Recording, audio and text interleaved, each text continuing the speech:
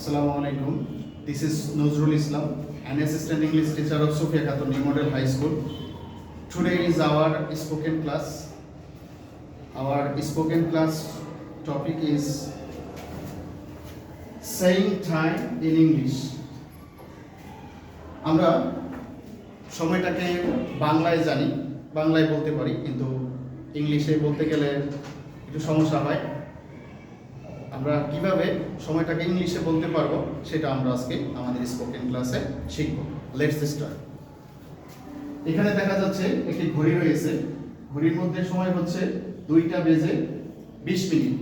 আমরা এখানে লিখলাম 2টা বেজে 20 মিনিট। যদি কোশ্চেন করা হয় হোয়াট টাইম ইজ ইট নাও, এটার অ্যান্সারটা হবে ইট ইজ 2:02। তারপরে যদি বলা হয়, এখানে আরেকটা সময় লক্ষ্য করতে পারছি আমরা 2টা বেজে 15 মিনিট, সেই ক্ষেত্রে আমরা কিভাবে বলবো?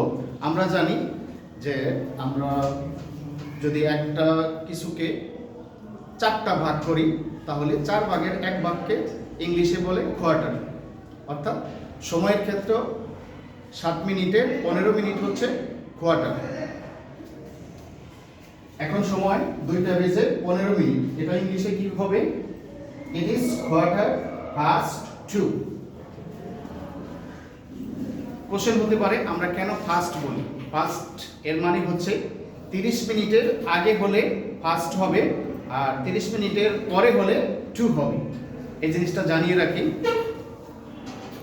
তারপরে দেখা যাচ্ছে 2টা বেজে 30 মিনিট। আমরা জানি একটা বস্তুকে যখন 2টা ভাগ করা হয় তাহলে অর্ধেককে বলি হাফ, তাহলে আমরা 30 মিনিটকে বলবো হাফ। এখন সময় 2টা বেজে 30 মিনিট, অর্থাৎ ইংলিশে হবে ইট ইজ 2:30. তারপর আরেকটা সময় আমরা লক্ষ্য করতে পাচ্ছি, সেটা হচ্ছে আমি বলেছিলাম 30 মিনিটের পর হলে তখন আর ফাস্ট হবে না, তখন হবে 2। এখন সময় ঘড়িতে 2টা বেজে 35 মিনিট। আমরা এটাকে এইভাবে বলবো না, আমরা বলবো 3টা বাজতে 25 মিনিট বাকি। এটা ইংলিশে কি হবে? It is 25:03। 3টা বাজতে 25 মিনিট বাকি আছে। তারপর আরেকটা সময় লক্ষ্য করতে পারছি আমরা 3টা বাজতে 15 মিনিট বাকি আছে। এটাকে কিভাবে বলা যায় ইংলিশে? ইট ইজ 2:43, অর্থাৎ 3টা বাজতে 15 মিনিট বাকি আছে।